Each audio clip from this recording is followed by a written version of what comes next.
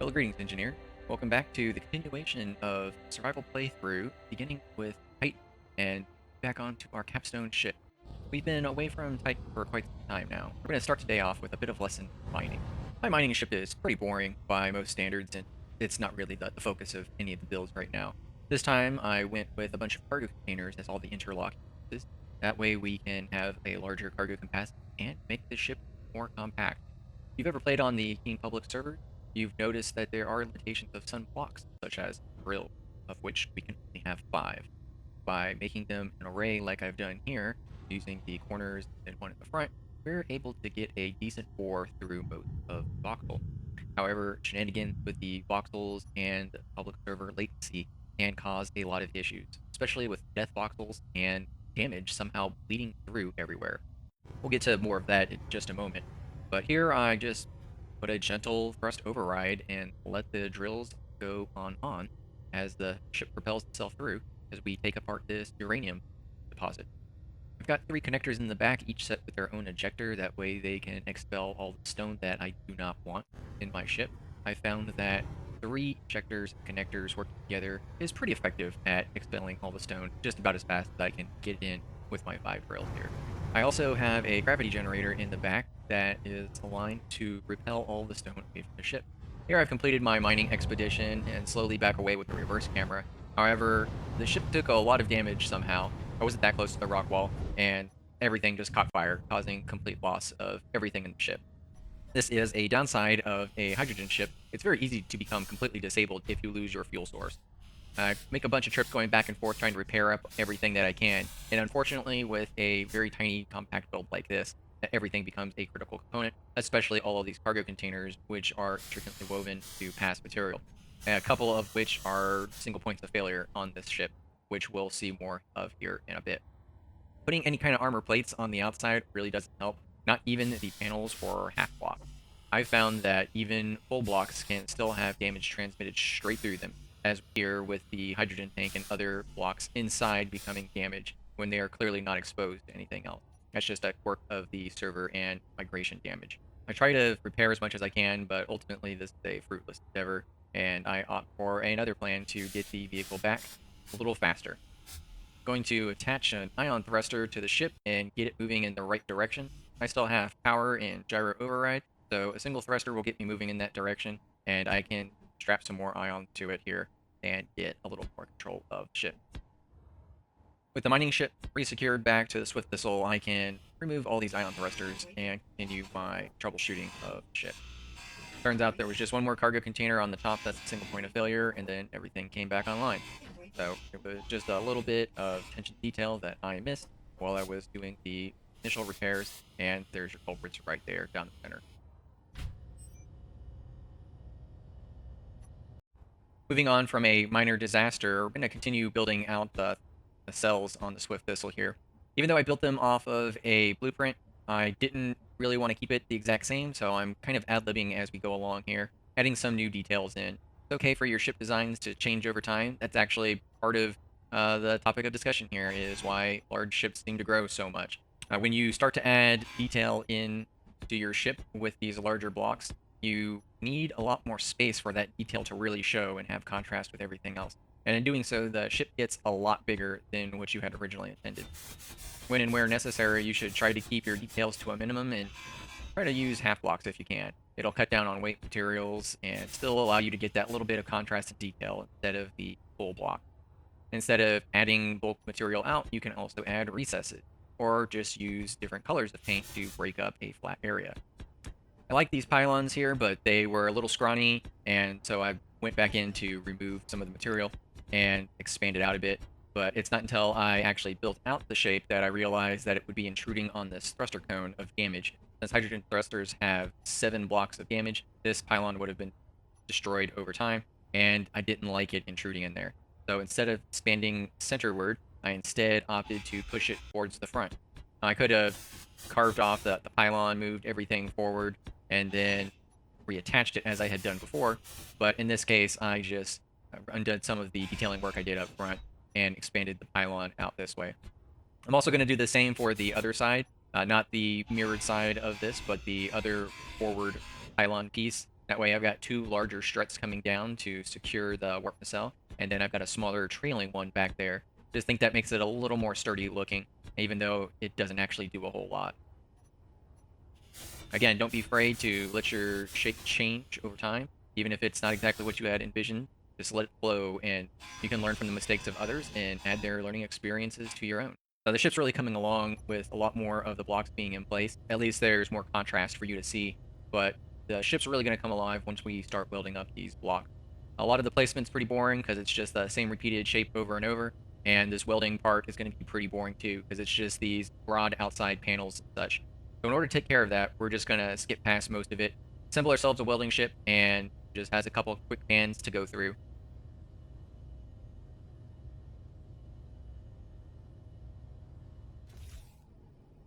The biggest thing about this ship is that I need to finalize the internal volume, which means skinning the underneath of it, and then the top once I get there.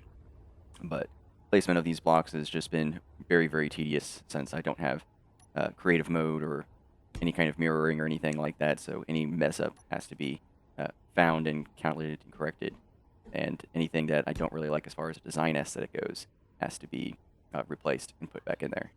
The ship is really hard to see just with all of these blocks all over the place being completely unwelded, so the very next thing that we really should do is make a little welding ship, and that's what we're going to do right now.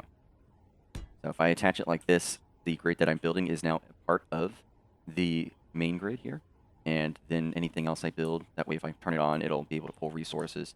On this, I plan on putting a reactor and cargo container and a welder on here. So I want it to be compact and small, but at the same time, I want all of the things that I need for it.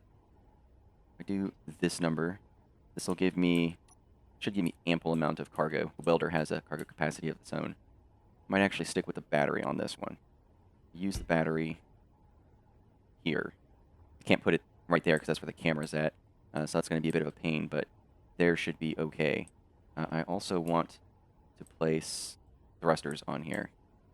I need thrusters in all the directions. I'm also going to need control of this in addition to gyroscope. So let's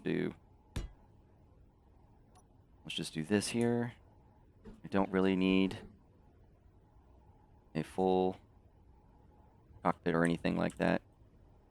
Curious on what I cannot do on that side. But I can do you here. Which way is this welder facing then?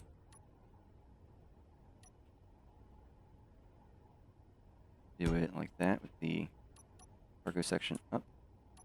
Can I place? I can. That'll just get me that much closer to whatever it is I'm welding. I think that'll be beneficial. I've got battery, gyro, my cargo, all the way through. The connector has some cargo space, as does the cargo container and the welder themselves. So now I just really need thrusters in here. And I'll use these guys just because I have them. Need up, down, left, right. And I usually do that off of a spiral, but I can't do anything about it. That camera in the way. Do like a spiral off the backside, which will make it 3 wide. Let's weld up some of this real fast and maybe disconnect it. That way I can actually place pieces onto this grid. Go ahead and switch lock. There. Now we can draw. One problem at a time. And this is going to take a second to get that gyro online. There we are. Battery's up. It'll start to draw power from the ship itself. And now I'm going to need thrusters. I can do up, down, left, right. Spiral around here. Uh-oh. That's a bad sign. PCU limit reached. Ooh. That's real bad. That hurts real bad. So, dang. I have 5. Thrusters are 15, so I need to eliminate 10. Why don't I get rid of some of y'all? Sorry, steel plates. You have so got to die.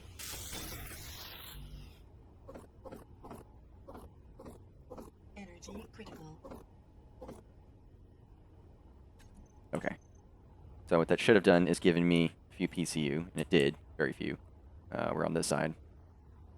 So another interesting thing is that a block does not have its full PCU value until it is welded. So if you needed to conserve PCU, you can grind something down to just below that functional line, and then it will only have a value of 1 PCU. So I should have absolutely no PCU left. Let's take a look at that. 1 of my 20,000. So I'm only partially done with this ship. It is far too big for single player, so I'm going to have to recruit some of my friends to help me get this built out. But in that meantime, so that's going to be a fair amount of plate that I can put in here. Let's take it out. Oh, it's going to do a lot of damage as I drive it around with that plume. So if you use ion thrusters, you just need the electrical power in order to power that grid, which some folks prefer. Myself, I don't really care. I'd rather have the extra power that comes from hydrogen. And extra power, I mean the extra thrust power that comes from the use of hydrogen, rather than not having that available. Well, let's just come across here and weld it up anyways. I try to align myself and just give it a little push the dampener off.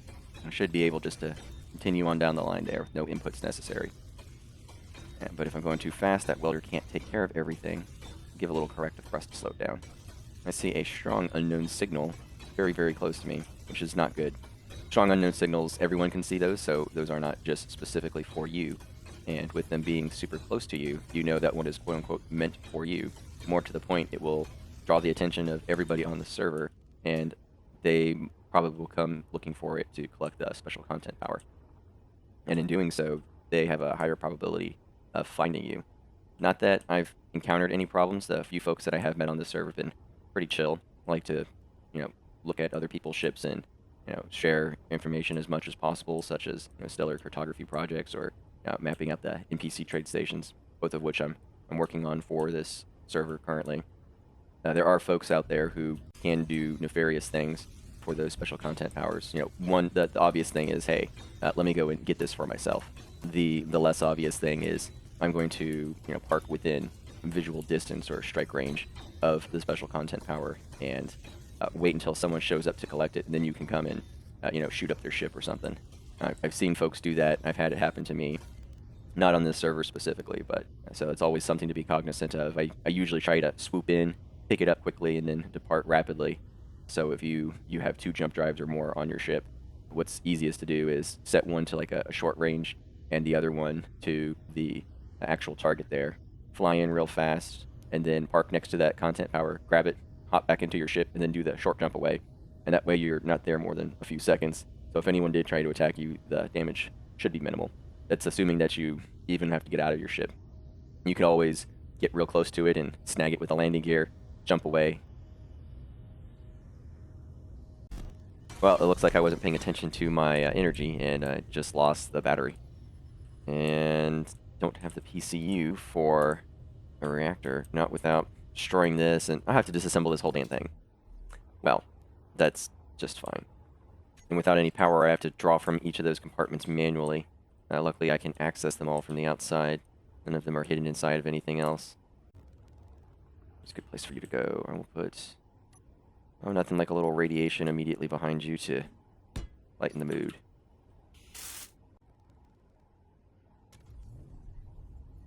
Online.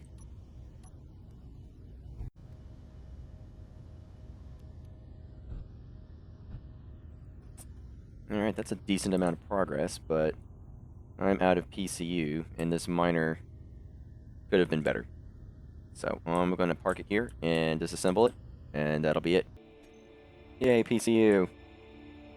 500 PCU, definitely not enough to finish skinning this, but at least I made some decent progress putting down some plate. So I'll have to continue working this project and get some help from my friends to donate a little PCU to this project. It's actually a pretty decent angle right there.